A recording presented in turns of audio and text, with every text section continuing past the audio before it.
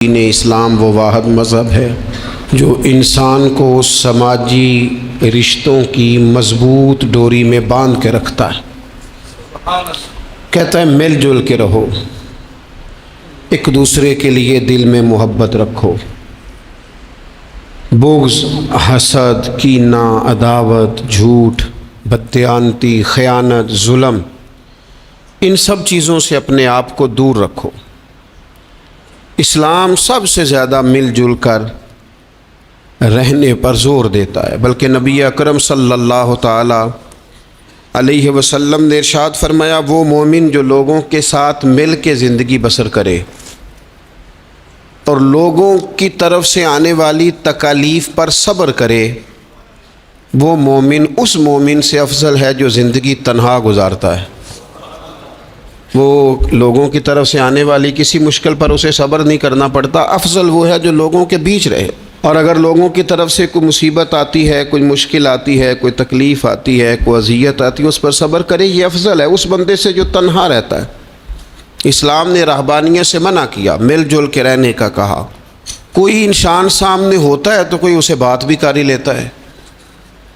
یہ تو بزدلی ہے نا کہ انسان اس لیے کونے میں چلا جائے کہ کوئی آدمی مجھے تکلیف نہ دے۔ جب انسان سفر طے کرتا ہے، منزل کی طرف جاتا ہے، تو سارے راستے اسے پکے نہیں ملتے، کچھ راستے کچے بھی ہوتے ہیں، دشوار گزار بھی ہوتے ہیں، لیکن اگر وہ جد و جہد والا ہے، کسی منزل تک پہنچنے والا ہے، تو پھر اسے راستے کی پرواہ نہیں کرنی چاہیے، اسے منزل کا شوق پیدا کرنا چاہیے۔ تو انسان کو، مسلمان کو سماجی رابطوں کا کہا، مل جل کر رہنے کا کہا، لیکن اس کے ساتھ ساتھ اسے صالح ماحول بنانے کا بھی حکم دیا کہ مل جل کے رہنا ضرور ہے، پر رہنا سچوں کے ساتھ ہے۔ مل جل کے رہنے میں ہی فائدہ ہے، لیکن ہر ایک سے مل جل کے تھوڑی رہنا ہے۔ فرمایا یا ایھا الذین آمنوا اتقوا اللہ وکونوا مع الصادقین، اے ایمان والو اللہ سے ڈرو اور سچوں کی سنگت اختیار کرو۔ ایسے لوگوں کے پاس بیٹھو جن کے مزاج میں صداقت ہو، جن کی طبیعتوں میں ستھرائی ہو، جن کا لب و لہجہ شستہ ہو، جن کے الفاظ دھلے ہوئے ہوں، جن کا آئینہ کردار صاف ہو۔ سچے لوگوں کی یہ جو انسان کا ماحول ہوتا ہے نا، یہ اس پر بہت اثر کرتا ہے۔ خارجی ماحول بڑا اثر کرتا ہے۔ نبی پاک صلی اللہ تعالی علیہ وسلم نے فرمایا کل مولود یولد علی الفطرہ، جو انسان بھی پیدا ہوتا ہے وہ فطرت پر پیدا ہوتا ہے، مسلمان پیدا ہوتا ہے۔ نبی کریم نے فرمایا اگر اس کے والدین یہودی ہوں تو اسے یہودی بنا دیتے ہیں، عیسائی ہوں تو عیسائی بنا دیتے ہیں، مسلمان ہوں تو بچہ پیدا، یہ صحیح حدیث میں موجود ہے اور ان لفظوں کے ساتھ موجود ہے کہ والدین اگر یہودی ہوں تو یہودی بنا دیتے ہیں، عیسائی ہوں تو۔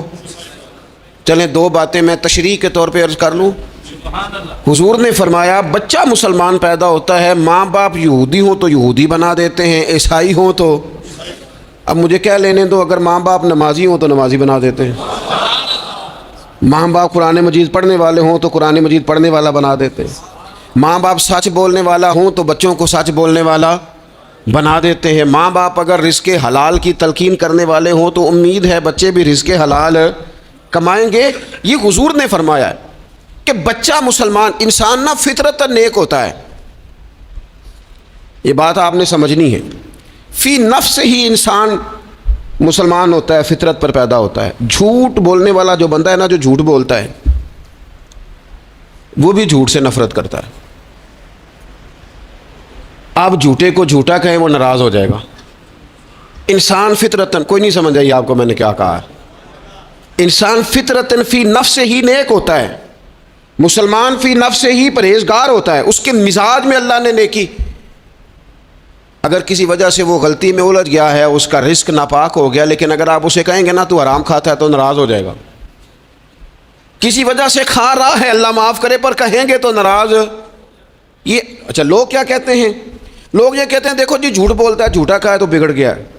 او بھئی یہ جو بگڑ گیا ہے نا، اس پر اللہ کا شکر ادا کر۔ کیوں؟ اس لیے کہ جھوٹ بولتا ہے پر جھوٹ کو پسند نہیں کرتا۔ وہ کسی وجہ سے رزق اس کا ناپاک ہے پر رزق حرام کو پسند، اور رزق حلال والا کہلانا چاہتا ہے۔ انسان فی نفس ہی اپنے مزاج کے لحاظ سے برا نہیں ہوتا، لیکن جو اس کا ماحول ہوتا ہے نا، ارد گرد کے جو لوگ ہوتے ہیں، اس کا وہ اثر قبول. کیوں کہا اسلام نے پاک صاف رہنے کا؟ کیوں کہا طہارت کا؟ کیوں کہا صفائی نصف ایمان ہے؟ کیوں کہا کہ تم پاکیزہ رہو، یہ اسلام کا پسندیدہ عمل ہے؟ اس لیے کہ جب انسان کا ماحول صاف ستھرا ہوتا ہے تو اس کی طبیعت صاف ستھری ہوتی ہے.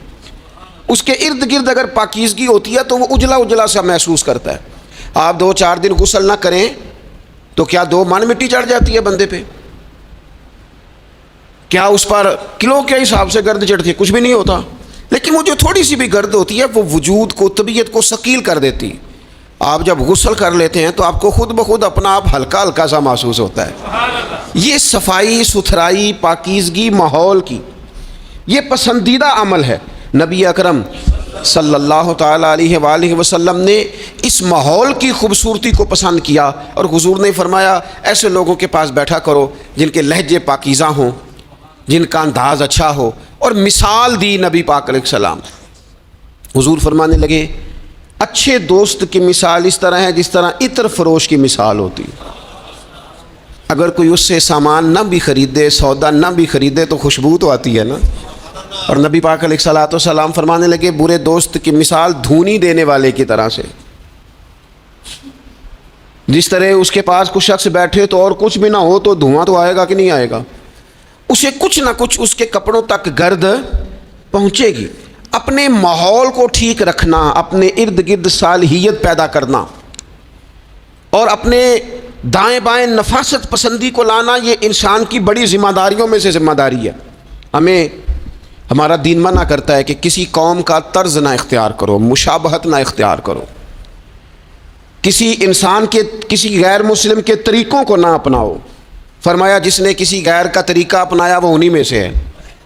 کسی غیر قوم سے مشابہت نہ اختیار کرو، اپنی الگ تمہاری تہذیب ہے، تمدن ہے، تم اگر اپنے طریقوں پر رہو گے تو نفاست پسند رہو گے، تمہارے ماحول میں اس کا اثر نہیں آئے گا. آپ دیکھ لیں، غور کر لیں، ہمارے ماحول میں آج کتنی خطرناک چیزیں داخل ہو گئی ہیں، نہ چاہتے ہوئے بھی داخل ہو گئی ہیں، نہ چاہتے ہوئے بھی. کئی جگہ پہ ویسے مطلب سفر کر کر کے بندہ نڈھال ہو جاتا ہے، جا جا کے نڈھال ہو. پھر کچھ ایسی جگہوں کی اگر دعوت ملتی ہے آپ کو تو آپ ویسے ہی پریشان ہو جاتے ہیں.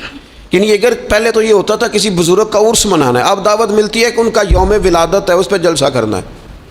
میں نے کہا پہلے عرس گن لو سال کے کتنے ہیں، اور اگر ایک ایک کے 2 کرو گے تو پھر بتاؤ تمہارا خرچہ کتنا کو ہوگا.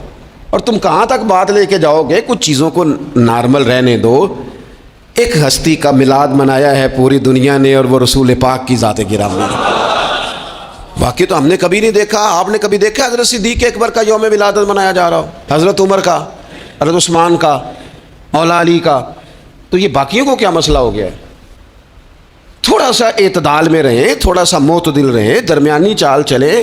جب وہ عظیم ہستیاں جن کا طریقہ دین ہے، حضور نے فرمایا میرے طریقے پر بھی چلو اور میرے خلفائے راشدین کے طریقے پر بھی چلو، جب وہاں جن کا طریقہ بہت ہمارے لیے بہرحال دستور حیات ہے، جب ان لوگوں کے لیے چیزیں نہیں ہیں تو بعد والے اس قدر شدت کے ساتھ اگر یہ کام کریں گے تو بات دور نکل جائے گی، پھر اس کو سمیٹنا سنبھالنا آسان نہیں رہے گا.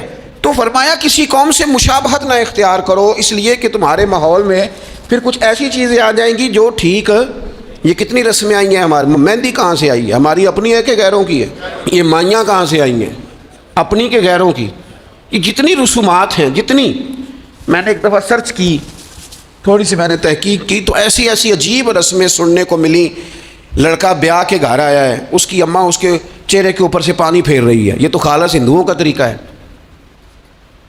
کسی کے چہرے کے گرد پانی پھیرنا خالص. یہ آپ نے بھی سنی ہوئی رسم؟ وہ بیاہ کے واپس آیا، یہ آپ کیا کر رہے ہیں؟ اور پھر کہتے ہیں اماں کو پانی نہ پینے دینا ورنہ بیماریاں ادھر چلے جائے گی. کیا بات کرتے ہو؟ اسلام اس اوہام پرستی کا درس دے گا؟ کسی قوم کی مشابہت نہ اختیار کرو ورنہ تم انہی میں سے ہو جاؤ گے. اپنے ماحول کو، ارد گرد کے ماحول کو ستھرا رکھو، پاکیزہ رکھو، صاف ستھرا رکھو، اس میں طہارت رکھو. ایسے لوگوں کے پاس بیٹھو جن کے پاس بیٹھنے سے تمہیں اللہ کی یاد آئے. ایسے لوگوں کے پاس بیٹھو بیٹھنے سے تمہیں آخرت کی فکر نصیب ہو. ایسے لوگوں کے پاس بیٹھو جن کے پاس بیٹھنے سے تمہیں سادگی کا سبق ملے. ایسے لوگوں کے پاس بیٹھو جو تمہیں حقیقت پسند بنائیں. جو تمہیں یہ بتائیں کہ تم نے اپنی زندگی میں بنیادی کاموں کو کس ذمہ داری کے ساتھ سر انجام دینا ہے. لیکن ہم زیادہ تر اس طبیعت کے قائل ہوتے ہیں کہ ہم ان چیزوں کو سمجھتے نہیں. یہ جو ہم کلمات ادا کرتے ہیں، میں نے پہلے بھی کئی دفعہ کہا تھا، یہ جو ہم کلمات ادا کرتے ہیں ان کا بھی ہم پر اثر ہوتا ہے، ان کی بھی تاثیر ہوتی ہے، ان کی بھی خوبصورتی ہوتی ہے. تو جو ہم باتیں دوسروں سے سنتے ہیں، ہم جب کسی کے پاس اٹھتے بیٹھتے ہیں تو جو بات وہ بندہ اکثر کرتا ہے نا، وہ نہ چاہتے ہوئے بھی ہماری زبان پہ جاری ہو جاتی ہے. کچھ جملے ایسے ہوتے ہیں جو سوسائٹی میں عام ہوتے ہیں تو ہر بندے کی زبان پر چڑھ جاتے ہیں کہ نہیں چڑھ جاتے، یاد ہو جاتے ہیں کہ نہیں ہو جاتے.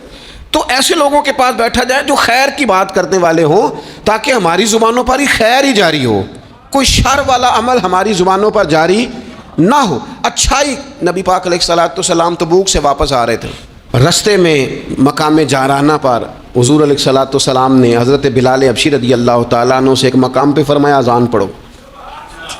سیدنا بلال نے اذان پڑھی. چند نوجوان وہاں کھیل رہے تھے، ان میں سے ایک نوجوان جناب ابو معذورہ بھی تھے.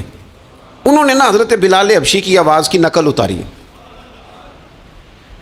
یہ اگر نیت اچھی ہو نا تو اچھوں کی نقل بندے کو تار دیتی ہے. ہاں اگر نیت اچھی ہو، اگر معاذ اللہ توہین کی نیت ہو تو یہ مسئلہ خطرناک. حضرت موسیٰ علیہ السلام کے زمانے میں ایک شخص تھا تو جناب موسیٰ کی نقل اتارتا تھا، اس کا انتقال ہو گیا تو رب کریم نے فرمایا اس لیے اسے معاف کر دیا ہے کہ ادائیں تو میرے کلیم کی اپناتا تھا، ادائیں تو میرے کلیم کی اپناتا تھا. حضرت بلال کی نقل اتاری تو سرکار کے کانوں میں آواز گئی. آپ نے صحابہ سے فرمایا بچوں کو لاؤ. اب جب ان کو منگوایا تو وہ دوڑ گئے. محبوب نے فرمایا کتنا کو دوڑو گے، پکڑ تو ہم نے لینا ہے. سب بچوں کو لے آئے. حضرت ابو معذورہ بھی ہیں. حضور نے فرمایا کس نے اذان کی نقل اتاری ہے؟ تو یہ بچے بڑے پکے ہوتے ہیں، اگر ایکا کر لینا آپس میں. حضور نے فرمایا کس نے اذان پڑھی ہے؟ کوئی نہیں بولا. کریم فرمانے لگے چلو باری باری سناؤ. اب حضرت ابو معذورہ کی باری آئی. مختلف انداز میں بھی روایت مختلف جگہوں پہ موجود ہے. جب ان کی باری آئی انہوں نے اذان پڑھی. پہلے تو پڑھی تھی اپنی مرضی سے، اب پڑھی کریم رسول کی صحبت میں کھڑے ہو کر. اور یار حد ہو گئی، جو نبی پاک کے سامنے کھڑا ہو کے کہے اشہد ان لا الہ الا اللہ، جو حضور کے سامنے کھڑا ہو کے کہے اشہد ان محمد رسول اللہ، پھر وہ بندہ خالی رہ جائے. حضور نے فرمایا کتنی سونی ہے تیری آواز. اور پھر سرکار نے ان کے سر پہ ہاتھ پھیرا، پھر ان کے دل پہ ہاتھ پھیرا. تھوڑی دیر ہوئی ایک آیا کالیاں زلفاں والا، ایویں تھوڑی دیر ہوئی ایک آیا کالیاں زلفاں والا، دو کڑیاں میرے من وچ رکیا ہے تے کر گیا نور اجالا. ہر چیز تبدیل ہو گئی. محبوب نے دعا کیا اللہ انہیں اسلام کی ہدایت دے دے. حضرت ابو معذورہ کہتے ہیں چند منٹوں میں میرا ماحول بدلا، میری تقدیر بھی بدل گئی، میں کلمہ پڑھ کے مسلمان ہو گیا. اب نبی پاک علیہ السلام نے کیا فرمایا؟ فرمایا کہ بلال اذان پڑھیں گے مدینہ طیبہ میں اور ابو معذورہ پڑھیں گے مکہ مکرمہ میں. ان کے بال اتنے بڑے تھے کہ وہ بیٹھتے تھے نا تو ان کے نیچے دب جاتے تھے.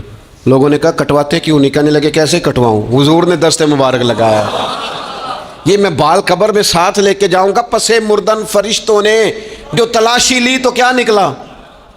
کہتے میں انتقال کر گیا، فرشتے قبر ٹٹولنے لگے کہ بھلا کیا لے کے آیا؟ پسے مردن، بعد مرنے کے. پسے مردن فرشتوں نے جو تلاشی لی تو کیا نکلا؟ فقط ایک دل کے گوشے سے خیال مصطفیٰ نکلا، حضور کا خیال پاک نکلا. حضرت ابو معذورہ کو تھوڑی دیر وہ ماحول ملا، حضور کی سنگت مبارک. ہمارا جو ماحول ہے نا ارد گرد کا، وہ تھوڑی دیر بھی پاکیزہ، پورا پاکیزہ تھوڑی دیر بھی مل جائے نا تو روح کو بدل جاتا ہے، طبیعتیں قرار میں آ جاتی، باطن میں سکون ٹھہرتا ہے، ماحول اجلا نہیں رہا. میں کئی دفعہ کہتا ہوں کہ شاید ہمارے دور میں بھی موبائل اتنا عام ہوتا تو جو کچھ لوگ اس دور میں چند لفظ پڑھ گئے تھے وہ بھی شاید محروم رہ جاتے. اب تو بچے بڑی آزمائش میں ہیں، ساری غلطی بچوں کی نہیں ہے، بچے بڑی آزمائش میں ہیں اس لیے کہ ان کے ارد گرد ماحول اتنا خطرناک ہے. وہ کیسے اثر قبول؟ سیانے بندے اثر قبول کرتے ہیں، سمجھدار لوگ اثر قبول کرتے ہیں، تو بچے بیچارے کیا کریں؟ ماحول بہترین بنانا، ماحول کو صاف رکھنا، اور بالخصوص اپنے گھر کے ماحول کو ٹھیک رکھنا، یہ بہت بڑی ذمہ داری. ہم یہ سمجھتے ہیں کہ صرف گھر اینٹوں اور پتھروں سے بنتا ہے. گھر کے ماحول کو ٹھیک رکھنا، سب سے پہلی ذمہ داری بچوں کے لیے اچھی ماں کا انتخاب، اچھی بیوی لے کے آنا گھر میں، یہ سب سے زیادہ اہم مسئلہ ہے۔ نہ مانے ہم، لیکن بہرحال ڈھیر ساری جگہوں پہ دولت دیکھی جاتی ہے شادی سے پہلے۔ ماں باپ نے بڑی زیادتی کی، بڑا ظلم کیا، ناراض نہ ہونا، بڑا ظلم کیا، پیسے دیکھے بچی اور بچے کا نکاح کر دیا۔ یہ اتنا بڑا زندگی میں آپ نے اپنی اولاد کے ساتھ ظلم کیا ہے کہ آپ تو سائڈ پہ ہو جائیں گے، لیکن وہ بیچارہ ساری زندگی اس کو بھگتے گا۔ نبی پاک صلی اللہ تعالیٰ علیہ وسلم نے الفاظ کو کھول کر، بات کو واضح کر کے بتایا تھا۔ ایک تو ہوتا ہے نا کہ آپ کو کسی تشریح میں جانا پڑے، حضور نے بالکل کھول کے فرمایا کہ عورتوں سے محض ان کی خوبصورتی کی وجہ سے شادی نہ کرنا، اس لیے کہ خوبصورتی ان کو ہلاکت میں ڈال دے گی، اور فرمایا محض ان کے مال کی وجہ سے شادی نہ کرنا، مال ان کو سرکش بنا دے گا۔